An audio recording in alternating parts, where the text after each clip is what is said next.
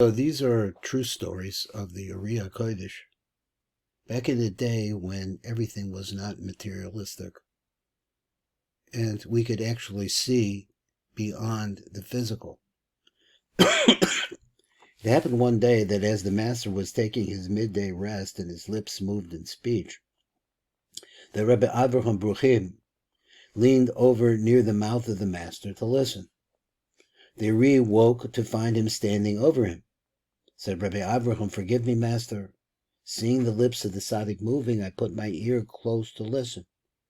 The ARI laughed and said, "If only you knew what secret lore my soul received this night on the story of Bilam's ass, his donkey. I call heaven and earth to witness that were I to stay with you for 40 years, I could not tell you all of it." To which the disciple rejoined, "Why does not our master write a book containing his wisdom?" He answered, "It is not possible, for all things are connected together. When I open my mouth to expound my thoughts, words rush forth as a gushing fountain, but I prefer that my words flow forth in a trickle. Why? So that you will be able to hear without any loss, lest you be like a babe who is choked from an overabundance of milk. How can I then write a book and impart to you my lore? Rather, let each one of you write what he has learned from me." Now, that's what he said at that time. Then it says, now in reality, he only really gave permission to write what has been given only to Rabbi Chaim Vital, who fully understood the teachings of the master. This is the whole idea, is that the light is too great, and for us little people, it's very difficult for us to be able to handle it without drowning in it. Yet, still each one of you used to write, until it happened on one day that Rabbi Moses Meshulam was called to the Torah to read the passage, and the passage began, and Moses wrote. And when he descended from the reader's podium, he came up to kiss the master's hand. Said the master to him, "Did I not admonish all of you not to write down my teachings?" Whereas they answered, "From the day that you charged us, O master, we have not put down anything in writing." He replied, "Does the Torah, heaven forbid, lie? For it states expressly, and Moses wrote." Now this person here is Rabbi Moses Meshulam, who we're talking about. His name is Moses.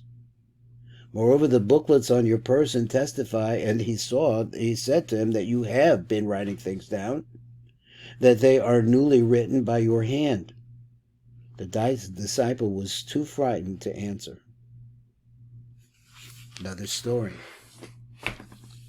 It happened one day, as the master was expounding the lesson, that a disciple of Rabbi Moses Cordavero, the Ramak, Moshe Cordavero, pointed out a matter in which the master's views differed from that of his teacher. Directing his glance to one side, the master said, "Your teacher is sitting here, and he tells me that you are misrepresenting his view." So he says that he can actually see the Ramak is along with him, and he says that you are misunderstanding what the Ramak said. He replied saying, "Can you prove it?" So directing his glance back to the disciple, he gave the view of Rabbi Moshe, adding, in other words, the Ramak's view, "If you do not believe me, go to his house, look into this and that book on such and such a page. There you will find just what I have said." He did this and found that the words of the master were true, and he returned and acknowledged that he was justified. One more story.